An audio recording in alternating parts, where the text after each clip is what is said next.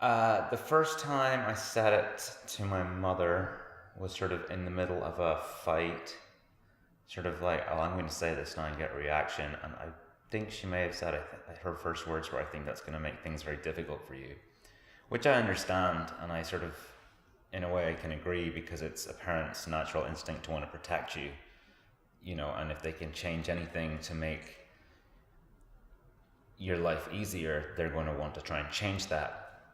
But by the same token, it takes a while. Maybe eventually everybody realizes that as difficult as it could be to say you're gay, it can also be just as difficult, if not more difficult, to not say it. So I told my mother when I was about 28, 29, that I was with a woman, and it probably was that I was gay. I wasn't with a woman just for the fun of it. Well, my mom kind of looked at me and said, okay, so what are you trying to tell me now? Is this just a phase in your life, or is this what do you want to do? And I pretty much ensured her this is what I want to do. At that time, I was very serious about the girl. Mom was very disappointed. She wanted me to be happy. That was the first thing. And for whatever reason, she felt I would be less happy if I was gay, which clearly is not the case. I have a feeling that she might have known before I do even. She was very supportive. Not once did she chastise me or say anything negative about it. Within a few days, she was amazing. But what she did say to me is don't embarrass me in our town. Don't, whatever, and don't tell anybody. But she went in to do the shopping on a Thursday, same as normal, and outed me to the entire town anyways, because everyone she met, she got upset with, going, did you hear? He started talking to me and he says there anything he could do, and would prayer help and so on and whatever. And I was like, oh, whatever you like yourself, but I don't think so. And he said, yeah, I didn't really hear you the first time. And I said, yeah, I thought that, And he said, I said, what do you think I said? He said, well, I thought you said you were engaged. My mother rang me when I was living in Paris, and she said to me, they've started gay pride in Paris. And I was like, really, Mammy? And she goes, yeah, I went and walked on your behalf. I was like, okay. She says, there's a lot of lesbians in the Northwest. And I was like, great. But I was really moved that she went and walked on behalf of her son. It kind of encouraged me that it was possible to go home, that there was something shifting in Ireland, something changing in Ireland. When I was 21, I couldn't go anywhere.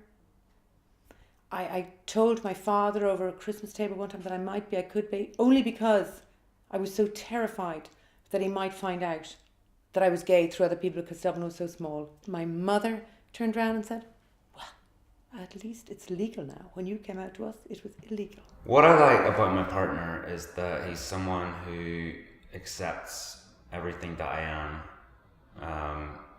When I'm being an asshole, when I'm being annoying, but also supports everything that's good about me, and sort of encourages me to do better at the things that I love and the things that I want to do better at. I think through an argument you just have learned something new about that person, be whatever it is, or how they've just reacted, or an opinion they've had on something. But what we fight about is probably where we're going to live. She wants to, I don't know, go to Mo and buy this country house, where I said, no, let's come. We have a place here. We scream the house down, kick and scream. Yeah. And then as time went on, it took about 3 years before we actually settled down. I suppose we had 9 years to get hash it out. So yeah, if we still like that now, then I think it made it last longer, didn't it? Kind of, we had something to do, make up, break up. Yeah. Yeah. Have a bit of drama in your life, Yeah. Oh, lots of things. This morning it was dishcloth. A dishcloth this morning, yeah. So Oliver's obviously a biochemist, so he's very concerned about germs and bacteria and the growth of these things in the house. So I was foolishly wiping a surface with a cloth that I hadn't checked. Blanket cloth. When we first started going out, he used to take my hand on Grafton Street, walking down Grafton Street. And for me, that was like, He immediately would let go of my hand. Yeah. Even when young people would pass us, we literally hands towards each other, not towards each other, in our opposite. pockets and saying, Yeah. just be quiet and just keep walking. But in We saying really that, would do that. there has been evenings where we're so engrossed in our conversation.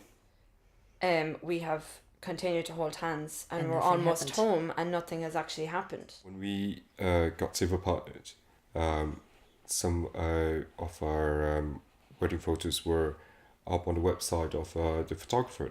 People in Malaysia had gotten hold of the photos, and were sort of it could have spread through the blogosphere and filtered down to the broadsheets and the tabloids in Malaysia actually, and it became quite I suppose a scandal per se. There was people burning our effigy and stuff like that, and they had lodged a complaint into the Police report, yeah. because obviously it would be illegal under the old British colonial law over there. And then we To were be gay. then we were advised that we couldn't go back to Malaysia. We wouldn't, it'd be just too difficult to get back again. It felt at the lowest point that I've been sort of exiled or banished, and that I won't be able to kind of go home to a place where I would still consider home. But other than that, besides the burning and the hate and all of the rest, no, we haven't experienced any kind of... Yeah. Sorry, I can't say that with a straight face. We met Yeah. when I was giving you the tickets to San Francisco. Yeah, Mary Lee her partner couldn't go with her to San Francisco, and she very kindly gave myself and my partner at the time a trip to San Francisco. And I met her. That was the first real meeting, wasn't it? Because Pam said to me, "I want you to meet a friend of mine who's giving us tickets," and I met in a bar, and it was quite amazing. I didn't have much interest in the tickets, but I certainly did in the person that was giving the tickets. Her hair was mad curly at the time. She hadn't cut it, and I mean, I don't know. I can't tell you what it was, but something. And nothing would do me than to keep fighting for her for years. I mean, I have no idea why. I would have thought my person would have been a sporty person and whatever else. I'm sporty. Ah. I'm sporty. But anyway. Ask anyone. We were in Mexico and we thought we would adopt a child.